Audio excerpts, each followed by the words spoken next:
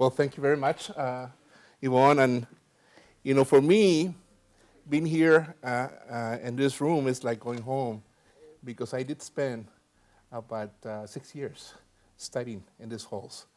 And we used to have an office on the third floor for Vortice. It was a literary magazine published by the Spanish department, and I was the editor for many years. And so I have not gone to the third floor. But we used to have about 800 different magazines published throughout the States and Latin America and the world. And we had exchanges, intercambios, and it was wonderful to be at Stanford. So I'm a traveler. I want to actually, refer this. I learned to do PowerPoint a few months ago. I'm a late bloomer, really. And the reason why I did that, because I was forced to. I was basically doing a presentation at Mondavi Center at UC Davis. It's a big center, and I brought my slides, and people said, forget it, you have to do now, the PowerPoint. And so, I did the PowerPoint in front of about 2,000 children in a big theater. So I want to do this now, experiment. And the idea is el poder de la palabra. I really believe poetry is magical, and I'm condemned to be a poet. I did not choose to be a poet, basically. And I come to realize that, I'm 53 years old, and and I now become aware of that. And I travel to different places, but I want to basically go back in time to a presentation that I listened to when I was at Stanford. Tomás Ibarra Frausto took us to Santa Barbara, and Tomás Rivera was doing a presentation, and Tomás Rivera said, las tres R's de la literatura chicana. Recuerdo, resistencia, y recreación. And I believe tonight, with Lorna D. and Jose, we have the three R's. The idea we have the recuerdo, we remember. Yes, but we also resist. Y también we reinvent ourselves. And the idea, I have a little poem. I went to Argentina last spring, and as you know, the card said, I think, therefore I am. Well, viajo, luego soy. And the poem goes, traveling the cart. I travel, therefore I am. I was someone different, a blank book yet to be written before starting a journey. And I want to start a journey with you to a place called Mesoamerica. This, idea of in poetry we can travel in time and in space. And I want to start with an invocation because we're honoring Jose. So I'm going to ask you to stand, and face the four directions with me. The same way I did, in the Capitol a few years ago, I had the senators doing this to clean the chamber of the Senate. We're going to face north, and Yvonne, you have to tell me where north is. North is? We have a debate here. That way. Okay, thank you, Juan. And north is the direction that has to do with the idea of the ancestors, and it's the earth. We're going to call that direction by saying one word twice. We're going to say, Tawi. Can we say it together? Tawi. And then we're going to go in a circle.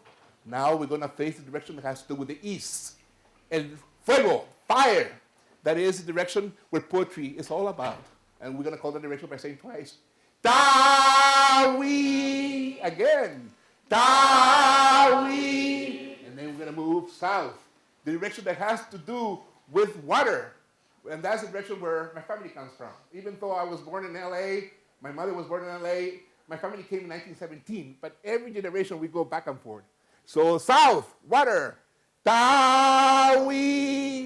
Tawi. And then the direction of the west. El viento, the wind. And that's where the otro, the mother of all seasons, is waiting for us at the end of your journey. And we're going to say twice the word Tawi. Tawi. And then the fifth direction. Now, there's a debate here. It's, people say, it's up there in the sky. I say, no, it's on the earth. There was a person in the 16th century, Hernando Ruiz Alarcón, who would be my ancestor. He said that he believed the person next to you was the fifth direction. So let's face each other. So all traditions are here in this room, and we're honoring a great poet, Jose Montoya, who basically present to us a mirror. One of the poets that says, this is you. And we're going to say to each other twice, Tawi. Again, Tawi. Now you can sit. Now I do this all the time, let me tell you. I did this last Day of the Dead in San Francisco. We've done it for 30 years in front of about 5,000 people, and we, went in this procession.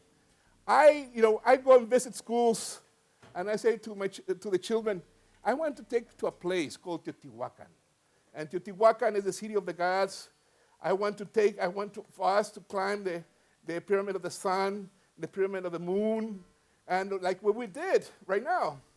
The cosmology of Mesoamerica, the sun at the center, and then, I am doing now the Tomalamatl, the Book of Days, trying to explain to children how the Mesoamerican calendar really fits. Not the 2012 or 2012, the new movie that's coming out, but the idea that it's a renewal. The idea, yes, of the 3 R's, the recuerdo, the resistencia, the reinvención. And the idea of, this is we call that is Tawi. And Tawi, I believe, is a sacred term that was done in the 16th century by Hernando Ruiz Alarcón. And he wrote a book that was never published. What we call each other, I believe that we are saying in Lakesh, as the Mayans, say it, and also as the Olmecs, like this offering is, that was discovered it's about 3,000 years old. And let me read you my poem from Snake Poems. And this is the first collection that I think it was written by a Chicano in 3 languages, in English, and in Spanish, and Nahuatl. Somehow I went back to retrieve the memory of my ancestors, and I remember I was at Stanford. I got a Fulbright, and what I did with that Fulbright is I went to study the language, and I spent 3 years, going back and forth, and I'm glad I did that. So this is 4 directions. West, we are summoned looking for a birthplace. North, eagles flying the sun in our beak. East, coyotes calling each other in the moon. South, we turn into snakes by eating chile. And I really believe that. And the idea of going back in time. I want to read a poem in Nahuatl. No macane huatl, nitla macaski, tla chihuahuian, no hueletiu tonacatzihuatl, tla chihuahuian, tlatecutl. And the poem goes on. This is a shamanistic invocation that was written in 1629 by Hernando Ruiz Alarcón, who did, the largest collection ever done on Mesoamerican poetry in terms of spells, invocations. And I was totally mesmerized when I found the manuscript in Mexico City. The English translation of the whole poem goes, invocation for planting corn. I myself is spirit and flesh. Hear me, Tonacatzihuatl, elder sister, lady of our sustenance. Hear me, Tatecutli, Mother Earth. On the open hand, I'm sending down my elder sister, Tonacatzihuatl. Don't shame yourself. Don't grumble. Don't laugh at us. And the poem goes on. You become whatever you want to call yourself. Tomorrow or the day after, I want to see again the face of my elder sister, Tonacatzihuatl. Let her stand on the ground. I shall greet, I shall honor my elder sister, Tonacatzihuatl. But what I wanted to do, really, I wanted to bring back the concept of poetry in Nahuatl, in Xochitl, meaning flower and song. The poems were not read, they were danced. And so people had to dance the poem. And here is, I actually did this once in Macla, in San Jose. We had the danzantes at drummers, and we danced the poems. And I started and the other people improvising, and it was wonderful. We spent about 3 hours dancing to the poems. And the idea of, this goes back to Mesoamerican times, but I want to read a poem that I wrote to Hernando Ruiz Alarcón, que I believe era un cabrón.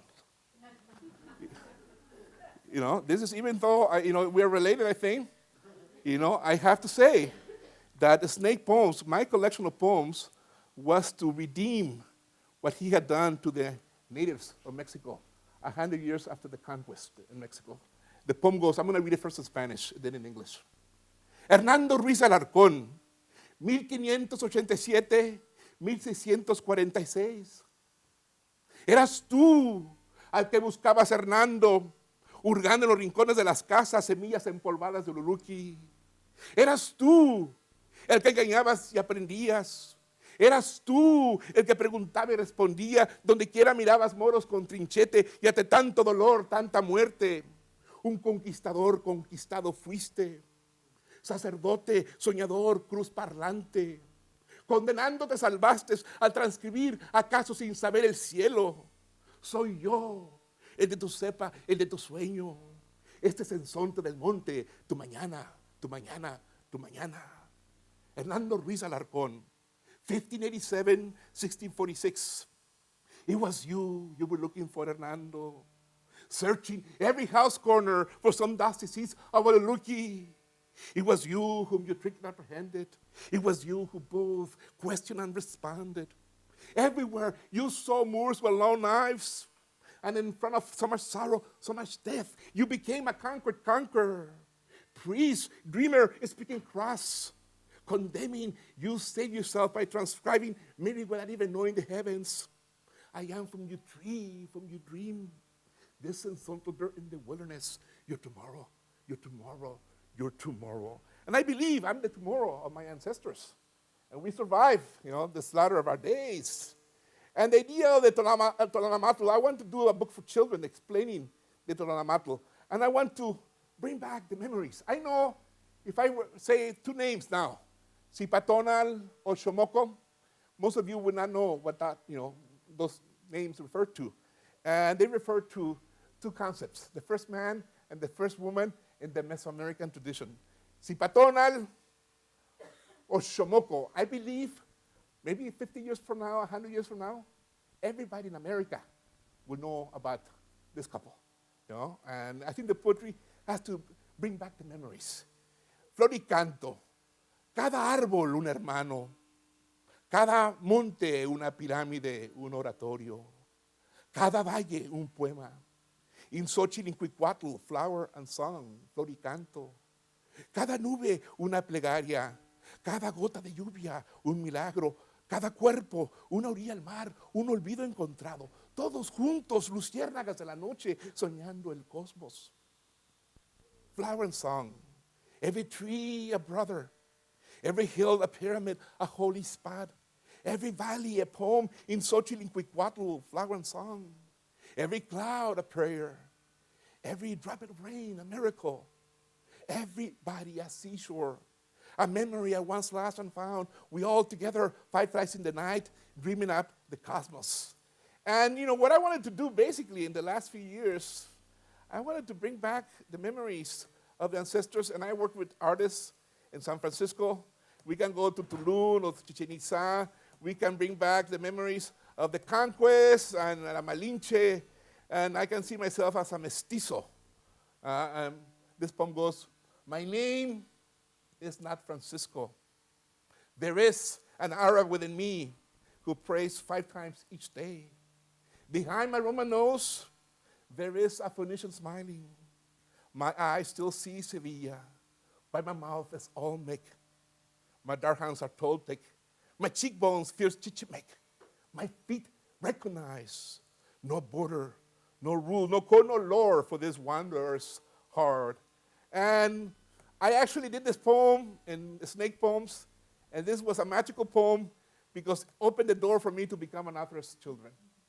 And so, and the poem goes, this is I'll read some of the poems from this. It says, my first collection is called Laughing Tomatoes and Other Summer Poems.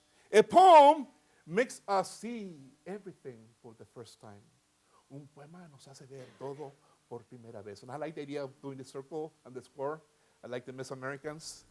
And this is a poem dedicated to my grandma. It says, my grandma's songs will follow the beat of the washing machine. turning our kitchen into a dance floor, consoling the chairs placed upside down, delighting the family portraits on the walls, putting to sleep the sheets on the clothesline, giving flavor to the boiling pot of beans. The songs my grandma used to sing could make the stars come out, could turn my grandma into a young girl going back to the river for water and make her laugh and cry at the same time. And the idea of, I really enjoy working with artists that can put poetry in art. And I like to read one poem dedicated to my dog because, I have a little dog and my dog is bilingual. He understands both English and Spanish. And this is a poem. And now that we are, there's a little bit of xenophobia here in the States, this is dedicated to my little dog. And it says, bilingüe. En casa tenemos un perro bilingüe. Wow, wow, saluda primero en español.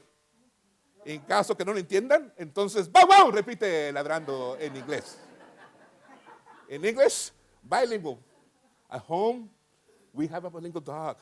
Wow, wow, he speaks in Spanish. And in case you don't understand him, then, wow, wow, he repeats barking in English. And I want to finish by reading from a new book that just came out. And we had, Lord and I, were the two feature poets that we read for this book. It's called Street Art, San Francisco, Mission Muralismo.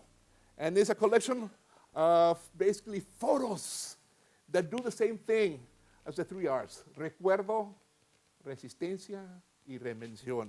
And I'll read the poems. I have a few poems that were included here.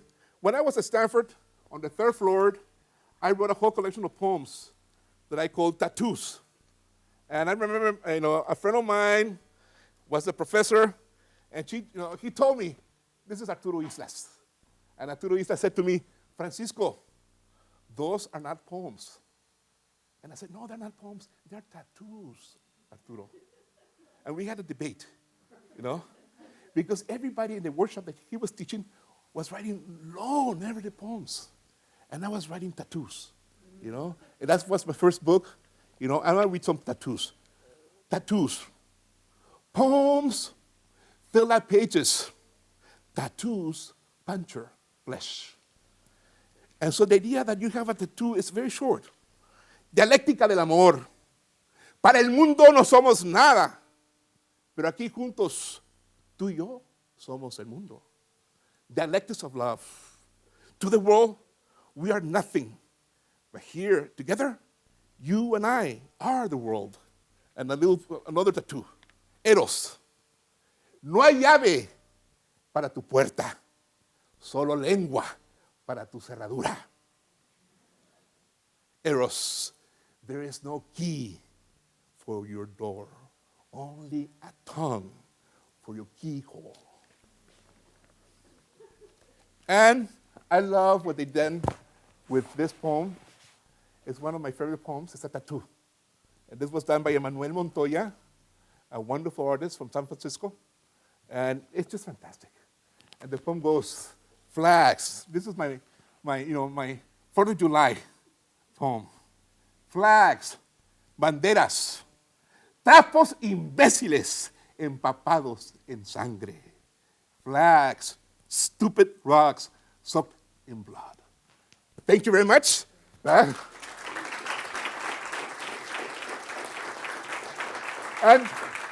I just want to read one last poem because I want to read a poem for Jose. And I sent this poem, I did an email, and I think this poem deserves to be read tonight. And it's a poem that it was done a few years ago, actually, 1993. And I had just moved from Santa Cruz to Sacramento. I became member of the board of directors of La Raza Galería Posada. And we founded a group of writers. And the writers is Escritores del Nuevo Sol. And what we did, we were celebrating information, 20 years of Joda. This was, a big thing that we did, the escritores and the artists. We came together, we were to organize this. But on the same day, when we were doing that, we got the bad news that Cesar Chavez had died. passed away. And so we were in shock. We went to La Galeria, everybody was crying. Even Josephine came. And Josephine was crying, the mayor of Sacramento, and we didn't know what to do. Everybody it was a shock, and it was just very sad. I just have to pass this on, to get to the poems. Sorry. And here is. Okay. Very good. Here is. A poet is a river. Because what happened was this. We wanted to cancel, the event. We said, no, this is, it's too sad. But then there was, the poet who said, no, let's not cancel. Let's continue on. Cesar Chavez will, continue on. De recuerdo, resistencia y recreación. And I remember that with his guitar, he brought joy to us in no time. And I saw the magic power of poetry, the idea of healing, And for me, it was very moved. And I went home and I wrote this poem. The poem is dedicated to him. A poet is a river. A poet is a river, flowing unnoticed, caressing stones, moving silt from one place to another, carving canyons all the way to the sea. A poet is a puff of fresh air in any room. A poet is a mirror, a clenched fist, a bleeding nose. A poet is a smile, laughter, and tears. A poet becomes a table, a guitar, a house, el barrio, speaks in tongues, brings back the dead, makes possible dreaming in the fields. Thank you very much.